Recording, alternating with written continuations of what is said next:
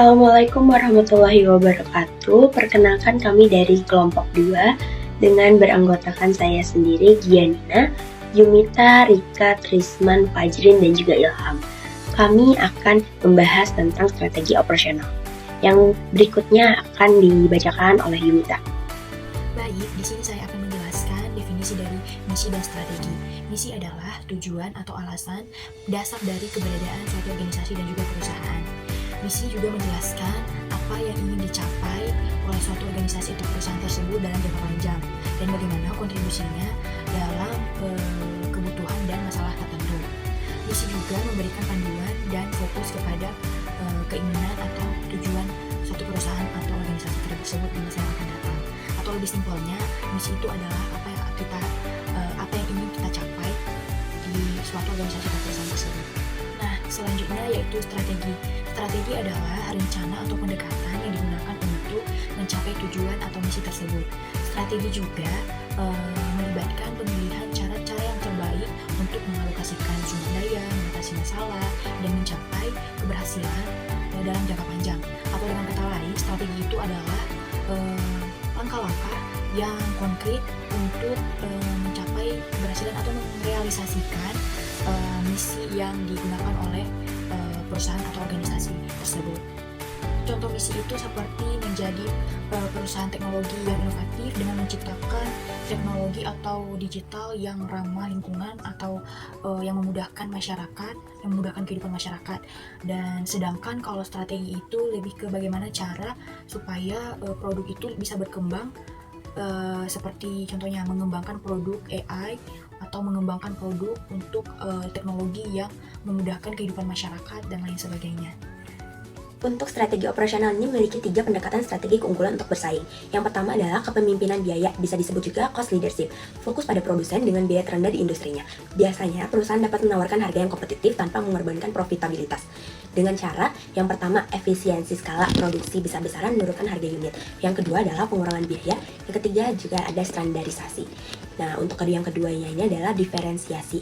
Nah, diferensiasi itu adalah pembeda. Nah, misalnya suatu produk yang memiliki keunikan yang berbeda dari pesaing, dan inovasi produk, kualitas, dan juga merek yang kuat.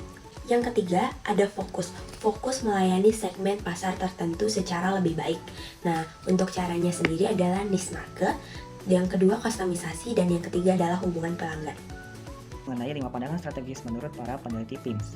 PIMS kepanjangan dari Profit Impact of Market Strategy. Nah, saya rangkum PIMS ini menjadi 5 poin.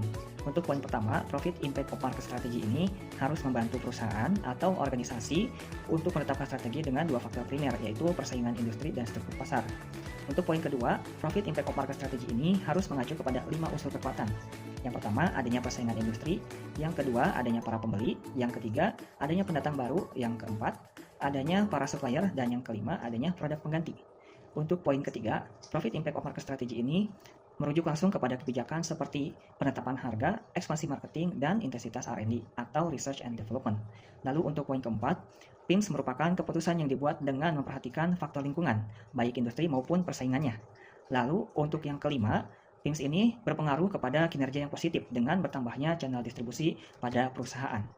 Di sini saya akan menjelaskan kembali mengenai strategi lokasi, yaitu metodenya. Seperti itu. Metode lokasi adalah kita bisa mengidentifikasi sebuah lokasi di mana kita harus mengetahui strategi-strategi apa yang harus kita dapat sebelum kita mendapatkan lokasi yang baik dan mencakup semua kebutuhan perusahaan. Seperti misalnya kita harus bisa mengidentifikasi lokasi tersebut apakah jauh dari pasar atau tidak, seperti itu. 5. Keputusan penting dalam manajemen operasional. Yang pertama, ada desain produk dan layanan. Menentukan jenis dan kualitas produk yang akan memenuhi kebutuhan pasar dan memberi keunggulan kompetitif. Yang kedua, ada manajemen kualitas. Memastikan produk atau layanan sesuai dengan standar kualitas yang diharapkan pelanggan untuk menjaga kepuasan dan reputasi. Yang ketiga, desain proses dan kapasitas. Menentukan metode produksi dan kapasitas yang optimal agar operasional efisien dan memenuhi permintaan. Yang keempat, lokasi dan tata letak fasilitas. Memilih lokasi strategis dan desain tata letak yang efisien untuk meminimalkan biaya dan memaksimalkan produktivitas. Poin yang kelima, yang terakhir, manajemen persediaan dan rantai pasok. Mengatur aliran bahan baku dan produk jadi untuk memenuhi permintaan tepat waktu dan menekan biaya. pilihan strategi operasional global yang dapat digunakan oleh perusahaan. Yang pertama, strategi internasional. Strategi ini dapat digunakan ketika perusahaan menginginkan strategi yang paling mudah dibandingkan dengan strategi yang lain. Karena ekspor hanya membutuhkan sedikit perubahan dalam operasi yang sudah ada. Selain itu, strategi ini juga tepat digunakan bagi perusahaan yang ingin meningkatkan ukuran pasar, mengamankan persediaan yang dibutuhkan, dan pada saat tempat produksi jauh dari pasar. Perusahaan yang menggunakan strategi internasional adalah PT Sido Muncul, yang sudah berhasil mengekspor produknya, tetapi pabrik dari produk tersebut masih berada di Indonesia. Selanjutnya, strategi multidomestik. Strategi ini tepat digunakan pada saat perusahaan membutuhkan penyesuaian untuk produk maupun jasa yang dimiliki, agar sesuai dengan kebutuhan dan keinginan konsumen. Strategi multidomestik terfokus pada persaingan antar negara yang memiliki perbedaan pasar. Perusahaan yang menggunakan strategi multidomestik adalah McDonald. Selanjutnya yang ketiga, strategi global.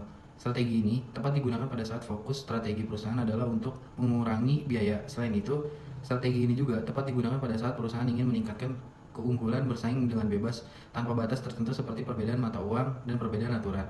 Perusahaan yang menggunakan strategi global adalah Unilever. Selanjutnya, strategi transnasional. Strategi transnasional tepat digunakan pada saat perusahaan akan membangun koordinasi global untuk memperoleh efisiensi dan respon lokal dengan fleksibilitas untuk memenuhi kebutuhan spesifikasi dari berbagai negara. Contoh perusahaan yang menggunakan strategi transnasional yaitu Mitsubishi. Selanjutnya, strategi transnasional. Strategi transnasional tepat digunakan pada saat perusahaan akan membangun koordinasi global untuk memperoleh efisiensi dan respon lokal dengan fleksibilitas untuk memenuhi kebutuhan spesifikasi dari berbagai negara. Contoh perusahaan yang menggunakan strategi transnasional yaitu Mitsubishi.